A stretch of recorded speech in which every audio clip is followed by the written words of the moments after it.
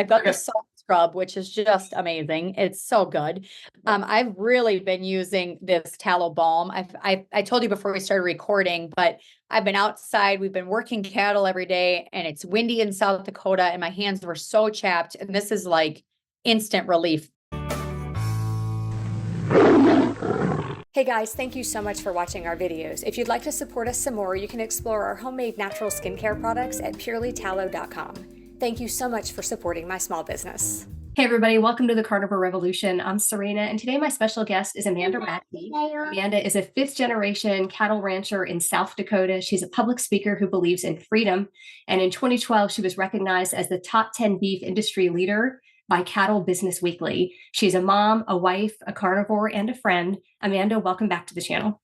Well, thanks so much for having me. I'm excited to chat with a dear friend today. I know, so excited. You and we talk all the time, and I'm excited to share your new adventure here. But I'd like to start with people's story first so that everybody knows where you're coming from. You've been on before, and we talked about how you became a carnivore. And I just think that's so important to our stories because we can help so many people by talking about what we fixed and what we healed and how we feel by eating just animal products. So let's start there. Yeah, I had just a wild change in my health becoming carnivore. And what still is just amazing to me is I'm a cattle rancher from South Dakota. And the solution to all of my health ills was in my freezer the whole time. And yet, just like every American, I was sold this bill of goods that it was all about calories in, calories out, and eating 9 servings of bread, and if I just exercise my hardest, like a little mouse on a hamster wheel, then maybe I could finally lose this extra weight. So I was pre-diabetic. I was on thyroid medicine. I was experiencing years of infertility and wanting to start a family. I found a wonderful group of online carnivores, including familiar faces like Kelly Hogan and Charles Washington. And at that time, it was weird and unheard of. And yet they were so encouraging in saying, Amanda, just eat beef and let your body heal. So that was 2013. I went carnivore in April. By July, I was pregnant and had my first daughter. Then I was able to get off all medicine. The excess weight melted off, and I had 3 healthy pregnancies 2 years apart. Like there was never any issue. And now I would say the best part about being carnivore, besides having that weight stability, not being on the medicine, is just the absolute energy I have. And people commented on it all the time. Like, Amanda, I don't know how you do what you do in a day. And I say, well, I know it's because I'm carnivore and I'm running on real fuel. And so I don't get the slumps in the afternoon. I can go, tons of energy. And it's like my secret weapon to being a rancher, business owner, and mom of 4. And it's amazing because as a cattle rancher, you were always very active. A lot of times people have the health issues that you had, type 2 diabetes, all of those things, being overweight. And a lot of times you can attribute that because not everybody is as active as they should be. And so a lot of times you can kind of attribute that to people just kind of being lazy or immobile or not exercising enough. But as a cattle rancher, you were already very active, right? Yeah, and I was a cross country runner. I was working out twice a day at my peak when I couldn't lose a single pound. I was doing that, working out a ton, and also doing the physical labor of the cattle ranch. Had tried every diet under the sun, and when I finally just felt my absolute sickest, my hair was falling out, I had no energy because of the thyroid problems and all the things that had kind of just all come to a head at once in my life. I went to 5 doctors. They all tried to put me on antidepressants. And I'm like, I'm not depressed. I have a wonderful life. I just have no energy and I can't lose this weight and I can't get pregnant.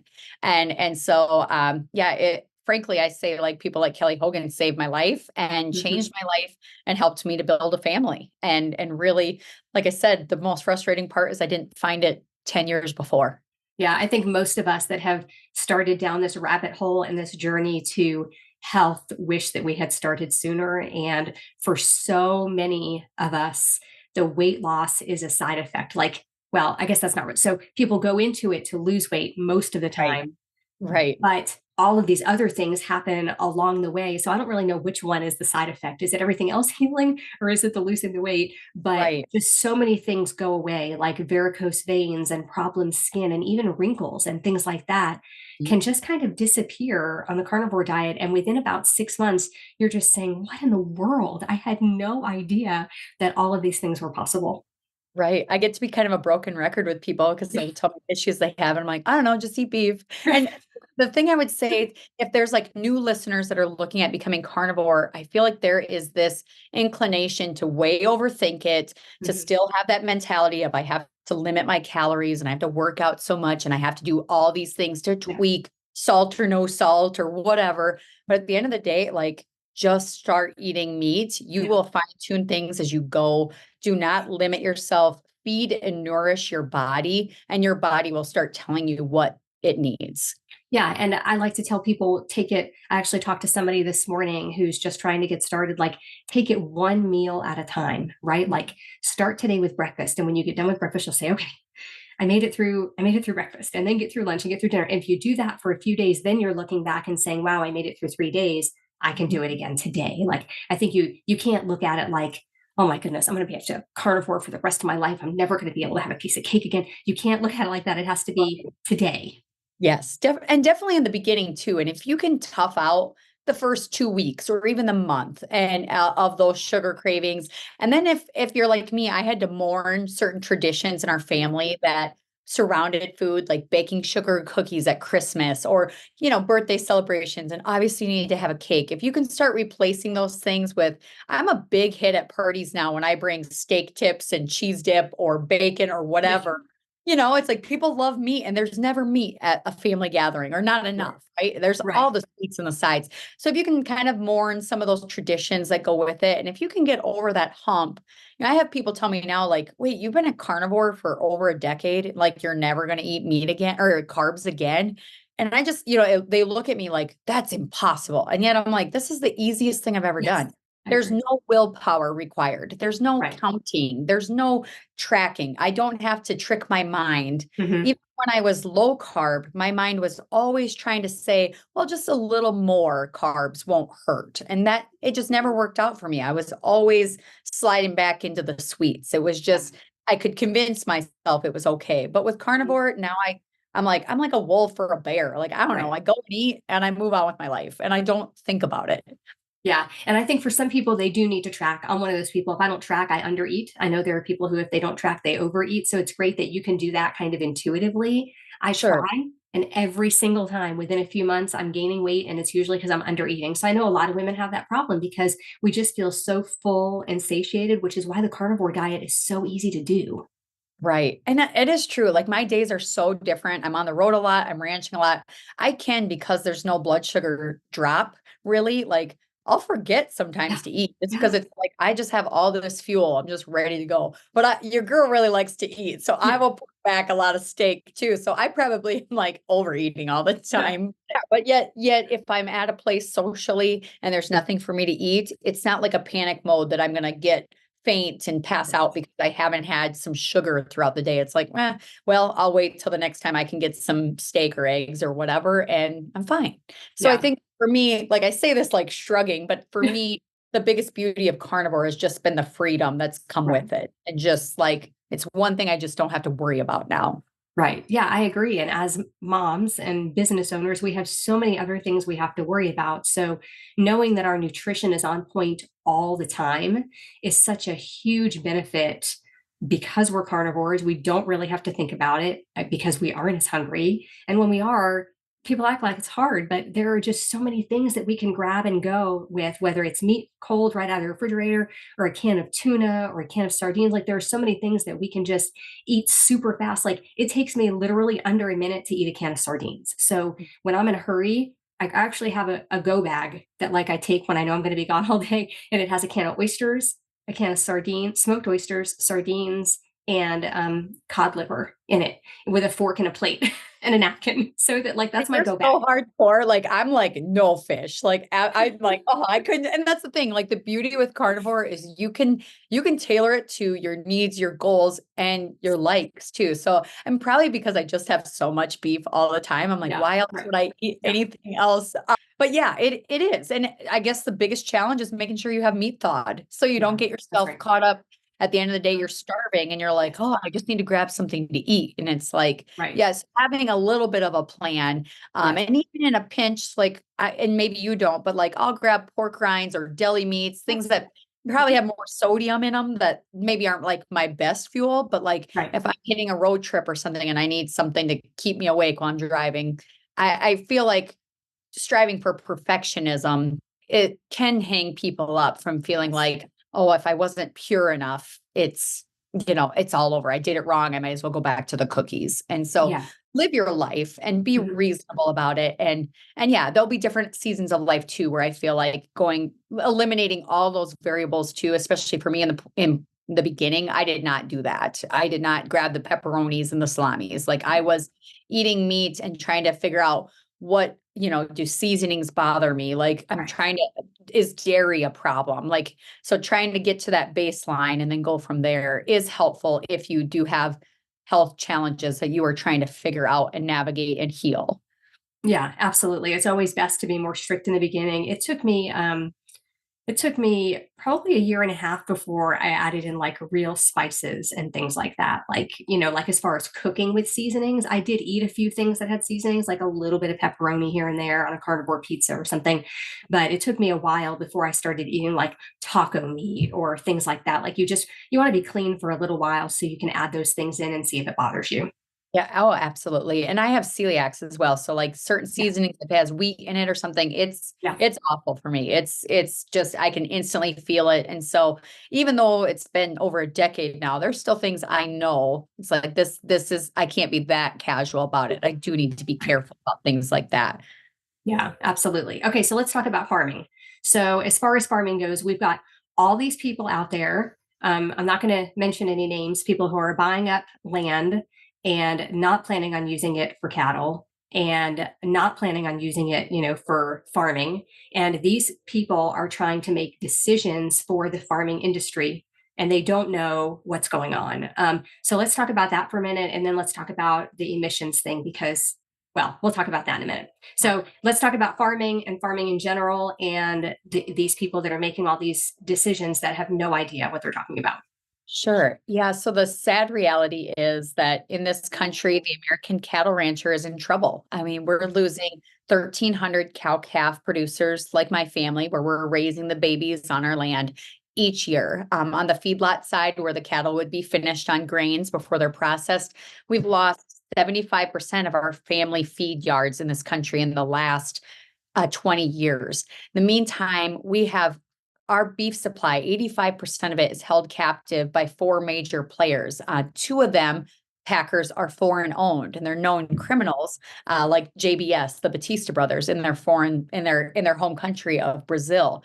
And yet they hold captive a large segment of our beef producer. And so what I am finding is not only is the American consumer not being told the full story of what's going on in our beef supply, but also we are losing families on the land at a rapid rate. There's also such an intense competition for the land. I mean, other segments of agriculture are more protected and they're subsidized in the Farm Bill. And so it's almost like the government is picking winners and losers. So there's an intense motivation to put a plow to the land instead of maintaining some of that landscape and that prairie grassland that the cattle graze on. There is a push with the 30 by 30 plan that the Biden administration has to put 30% more of the land in conservation easements, which what that means is take ruminant animals like cattle and sheep off the land, eliminate logging, removing trees, which that's why we're having so many wildfires, right? Is you have dead trees and you have dead brush because you don't have the cattle grazing. And then to also eliminate even recreation in these places. And in order to get 30% more land in the federal government's control, they're really zeroing in on landowners, private landowners in this country. And so there's all of this perfect storm happening to take producers off the land. And that's why probably in my lifetime, I'm trying to push to number one, connect with urban consumers and say, hey, there are hardworking American cattle ranchers out there in this country that want to connect with you. They have a great product, a great story. They're a family-owned business and they want to serve you. And then on the flip side, I want to help urban consumers find a source of beef that they can trust because it feels good, right? To connect closer to the land. And so It's not for everybody. Not everybody is going to shop that way. And yet I think if the American cattle rancher doesn't do something, they're going to continue to go out of business at a rapid rate. And yet I'm hopeful because there are a lot of Americans out there that want to eat beef, even though the government is telling them every single day that cows are destroying the planet, that beef is bad for their health. And so if we can marry the two together, it is a great relationship, great partnership. And at the end of the day, with all of these government regulations and attacks on our industry, to me, steak represents freedom and liberty and the ability to choose, and what built this country, the rugged independence of that American cattleman. And so to me, every steak that I can get on a dinner plate represents to me a much bigger picture of what the America is that I want my kids and grandkids to live in.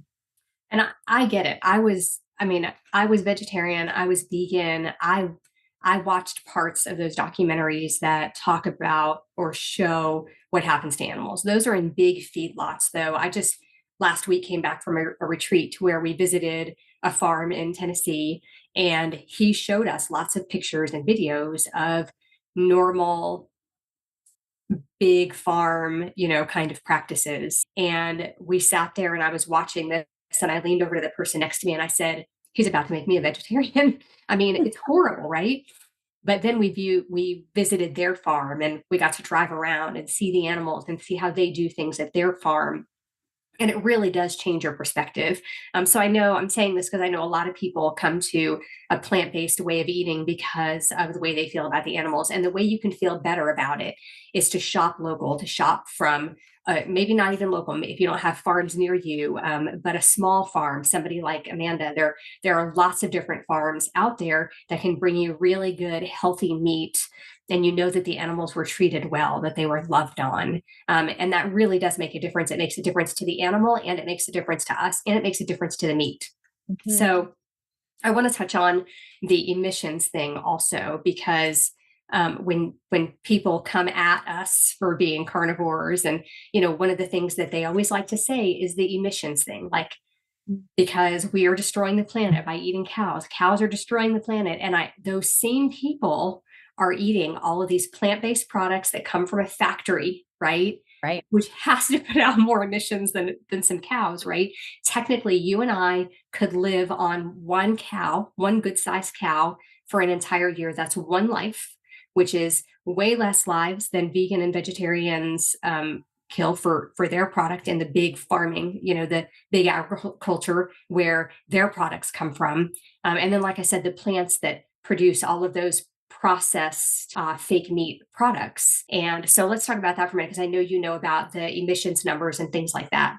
Right. Well, I guess I do want to back up and talk a little bit about the greater beef industry. And I never want to make a consumer, like if you're listening to this, if you're on a budget, if you need to go to Walmart or Costco or wherever, your regular grocery store, do not feel guilty or fearful about it. Like, our beef is inspected, it is safe.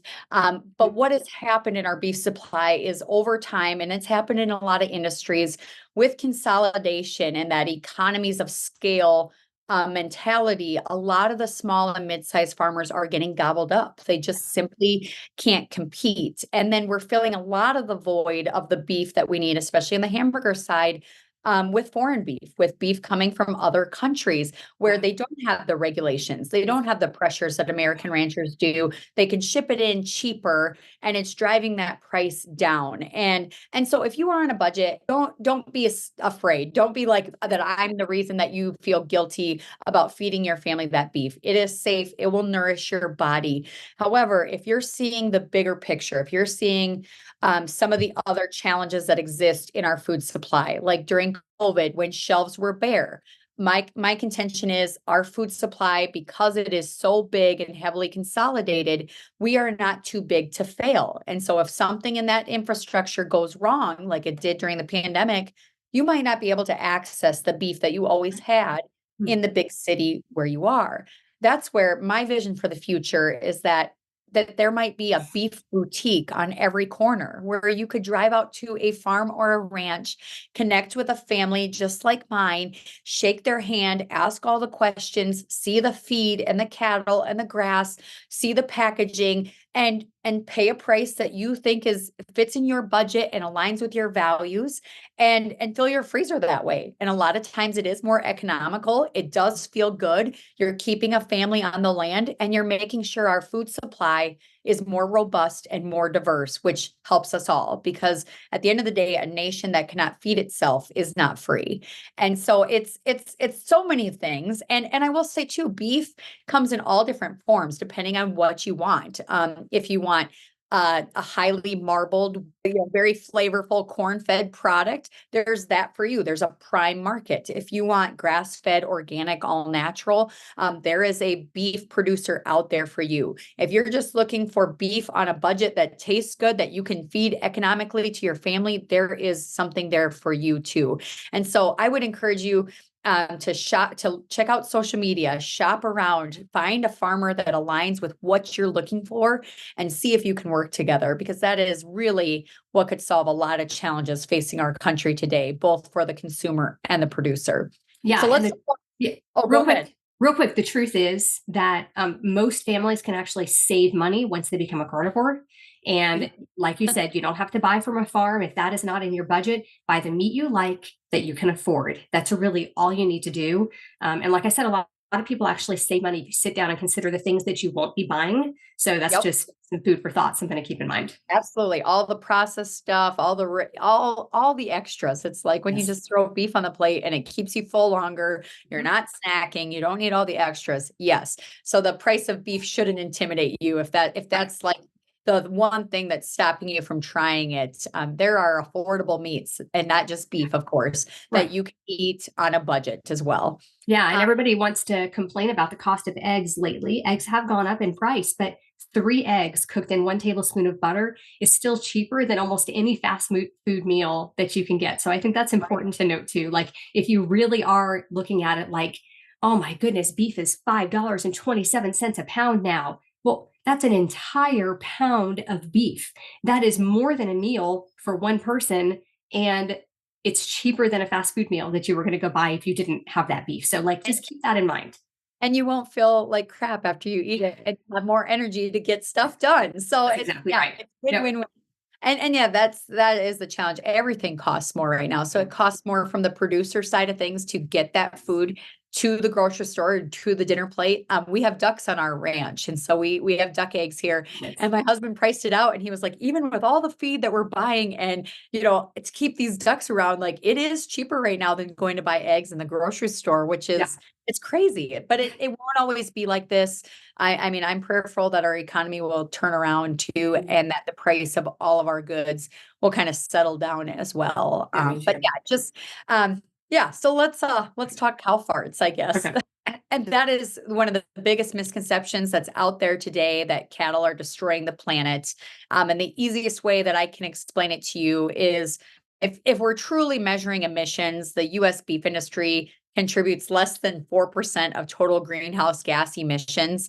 And if everyone were to go meatless on Mondays, it would that's what they suggest. Skip meat 1 day a week. Obviously people on this channel aren't going to do that, but skip meat 1 day a week to save the planet.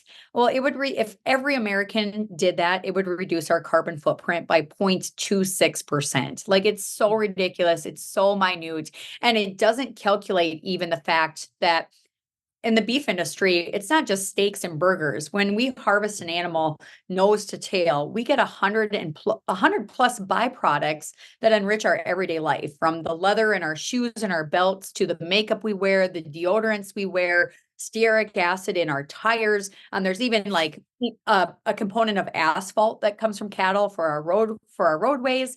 The gloss from a magazine or a book comes from cattle, and the list goes on and on. And so if people were really genuine about emissions, number one, why aren't we talking about emissions for things that aren't necessary for life, or they're fun and extra, like owning a pet, or having, the emissions created to have a perfectly manicured golf course, or, the list goes on and on. If we're really looking at it, ask ourselves, why is beef the target? And I think the reason that beef is the target is because these elites want us to be weak, They want us to be sick. And if we are weak and sick, we are more easy to control. And they know that beef is a superfood. It is a packed powerhouse of nutrition and wellness. And if they can take that off the plate and replace it with fake meat and crickets, then we're more easy to control. And if I sound like a conspiracy theorist, I'm sorry. This is just a fact that there's a larger agenda at play of why cows are constantly being attacked. And I think on the flip side too, that these elitists and these politicians that are pushing this, they also know that one of the most patriotic groups in the country are those independent cattlemen that are on the land, that, you know, we won't cave to just anything. We are not asking for handouts.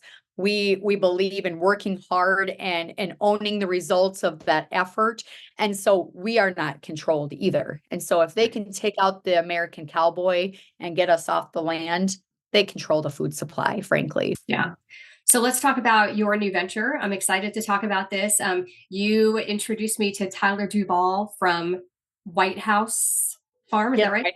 White House, Texas. Texas House is their name. Let me start over. Yeah. You introduced me to your friend Tyler Duvall from Texas Beef House in White House, Texas. And I helped him. We both helped him and promoted an online bidding process for selling his beef several months ago. And that went really well. And now you are creating your own online bidding site for farmers to use. Is that right? Yes. So the platform is called Bid on Beef. I've got an incredible team of partners working in this project. We're all invested in the cattle business. We work with ranchers to help market their bulls and heifers via live beef auctions. So if you've never been to an auction before, you go and the auctioneer is asking for a price, and people in the audience, they raise their hand to bid, and it drives the value of these live cattle in these public auction, in this public auction setting. And so one of our partners, Chris Earl of CK6 Consulting and Reverse Rocking Our Ranch in New Mexico, this has kind of been a lifelong vision of his to take that auction concept to the beef space. And so Texas Beef House and Capital Angus and the Duvalls, they're partners in the business as well, but they were willing to be kind of the pilot ranch for this project. And so we've done 4 beef auctions so far. We've had customers from all across the country, and now with the launch of Bid on Beef. The website is it's not finished yet, but we do have some summer auctions planned.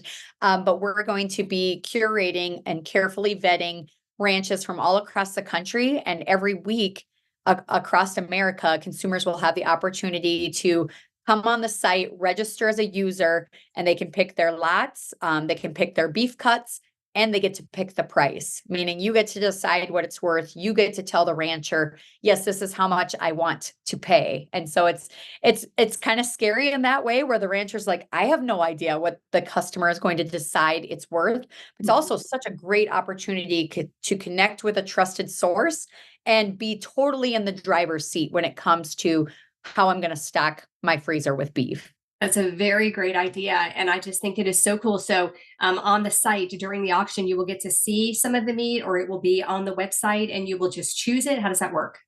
Yes. So say we have an auction coming up on June 13th in York, New York, and that's Walton's Way Angus Farm. And they're having a beef auction there, and we'll all come out, the auctioneer, the ringmen, we'll talk each. So like there might be 20 lots. And so the opening lot would be, okay, lot 1 is ribeyes, 40 pounds of ribeyes, and they'll be able to see a picture or a video of that specific ribeye. So you can see the marbling, you can see how it's packaged, all of the things. And then basically it opens up to the audience of, what would you like to give? Would you give $10 a pound? Would you give $20 and $30? Whatever it ends up being, and kind of the last man standing. And so then if you don't get that first lot that you were going after, you can slide down and there'll be many options in the sale ranging from ribeyes and tomahawks to hamburger and brisket. And so in a really cool way, yes, we could really drive value and the price of beef up to pay our ranchers better to get that premium that they so much deserve. But on the flip side, a savvy customer paying attention to these auctions might be able to buy the beef for under the money too. And so that's kind of the whole dynamic of it is we're just taking it to the public and letting the market and true price discovery tell us what it's worth. I think that's awesome. And the idea that if you could afford it, that you can, like you said, give the ranchers, a little bit more for their time and their work, I think that's totally worth it. Yeah, it feels good. And there's going to be different operations from all across the country. And so, like I mentioned, Reverse Rocking Our Ranch, they're going to be selling what they're calling and trademarking as ribeye burgers, which is going to be all nose to tail. Every cut is going to be in this ground beef. And they're going to primarily and 100% just be selling burger beef in patties and in tubes and then in 1 pound packages. They're going to be selling that beef once a month, maybe to start, or every other week even. And so I think we're going to have customers ranging from, the family unit wanting to buy 100 pounds of beef in a setting at a price that they pick, to restaurants looking for a really consistent supply of beef that they can trust. And so with the Bid on Beef platform, we're going to have a presence on YouTube, Instagram, and Facebook. I'll be sharing the story behind the scenes of all of these different ranches that we carefully vet and choose to participate. And so you'll get to learn more about the family, the cattle, the landscape, and you'll get to really get a feel for who these people are as you're selecting which auction to participate in and which ranch to shop from.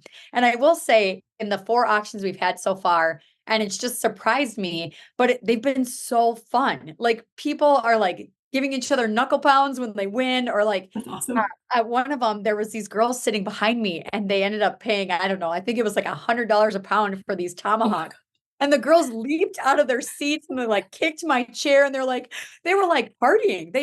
And the girl whispered to me, she's like, I never thought I would have so much fun buying beef. But they so it's kind of an experience too. So some of the auctions will be in person, some will be just online over a course of 2-3 days. It's a lot similar to maybe if folks are familiar with eBay, where it's like, oh, this is an item I want, I can watch it and I'll bid, and I'll be alerted when I'm out and if I need to bid again, or you can set your price and kind of walk away. And so we're trying to make it as user friendly as possible, but we also are just really excited to connect 2 totally different worlds and bring them together. And that's why I'm so excited to be on your show too, because it's like, yeah, I'm a carnivore, but I'm also a cowgirl. And this is just like the best of everything I could think of, this just collaboration. Yeah, that's awesome. So the website will be bidonbeef.com.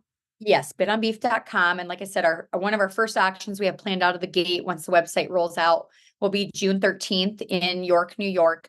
We also have a carnivore meetup planned for August 24th in LaSalle, Illinois at Mudge Farms. So that one's going to be really unique because it's going to be a cattle sale plus a beef auction. So if you want to come and see the cattle and talk to ranchers and ask questions, but we're going to host this carnivore meetup. So it's blending 2 worlds coming together. We did kind of an informal one last year, but we're making it a big splash. So again, that's going to be August 24th at Mudge Farms in LaSalle, Illinois, and folks can, ask me questions or get in touch if they need more details once it gets closer to the sale. And I'm assuming since it's in Illinois, Karen is going to be there. Karen Miles is going to be helping with that, I'm sure. Yes, Karen is great. She helped to facilitate last year's, where I brought Tyler Duvall to the meetup at a restaurant, and this big, tall Texas cowboy was answering all our questions about how beef was raised.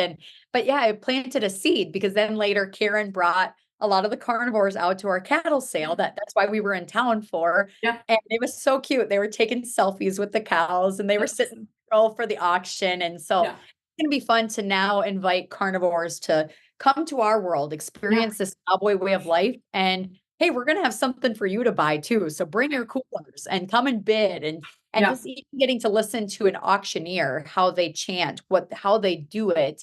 Not a lot of people get to experience that. And yet it's one of the coolest things. And the sound is cool. And yeah, so we kind of slow the pace down a little bit for first timers, because when a bull sale's happening, it's very fast. You hardly have time to even catch a breath, but we'll slow it down a little bit, introduce folks to this cowboy way of life and how we do business. And hopefully it's a fun experience and a great way to stockpile the freezer. That's awesome. So Amanda, tell everybody how they can find you. So they can follow me on most social media platforms, TikTok, Instagram, book, YouTube, and just my name, Amanda Radke. They can also follow Bit on Beef, of course. And yeah, I'm happy to answer any carnivore questions, any beef questions, any ranching questions. And yeah, would love to keep in touch with folks as the summer goes on. I can't wait to see how this goes. I can't wait to watch you succeed in this. I think it's going to be amazing. Oh, well, thank you. And I must say, I'm so proud of everything that you're doing. And, I talk to ranchers across this country and cattle producers, and they're like, it's so hard to make a living doing this. And yet I see people like you that are taking a beef animal and adding value and helping to solve problems. So talking about being a carnivore, well, you're eating carnivore, you're eating meat, and that's good for your health. So it only makes sense that you would use beef products for your skin too, your largest organ. So I have to brag a little bit. I just got a shipment of stuff and it comes so pretty. So she hooked me up. So let me tell everybody what I got. I've got the salt scrub, which is just amazing. It's so good.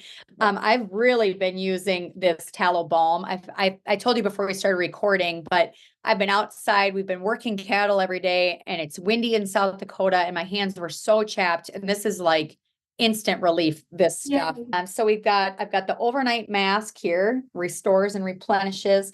And then I've got this smells really good. This Bulgarian rose, this tallow. Yeah.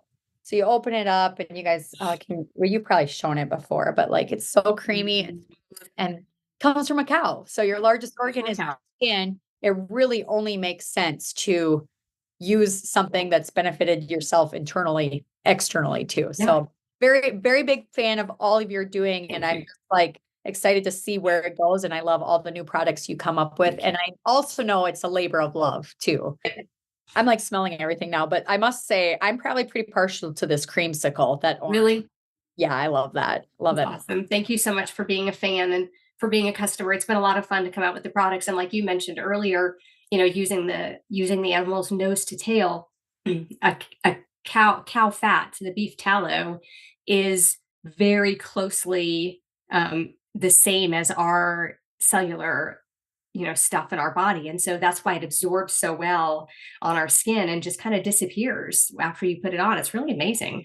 And isn't it wild that all of these like beauty secrets, health secrets, it's not really recreating the wheel. It's always like this, like back in the early days of our country, the Native Americans, what did they eat? They ate the buffalo that they hunted and they consumed it nose to tail, and they used all the extra products for medicinal purposes and healing. And the same as like the Inuit when they would hunt the whales, the blubber. So much of that was just a part of their life. And it's only in recent history when we've added things like sugar and flour and highly processed foods that we've seen the obesity rise and heart disease and diabetes and cancers. And yet I truly, genuinely believe that the cow and animal fats and proteins could totally and dramatically change this country and the health challenges that we have. And that's exactly right. It's right there in the simple remedies that our ancestors knew all about and we've forgotten.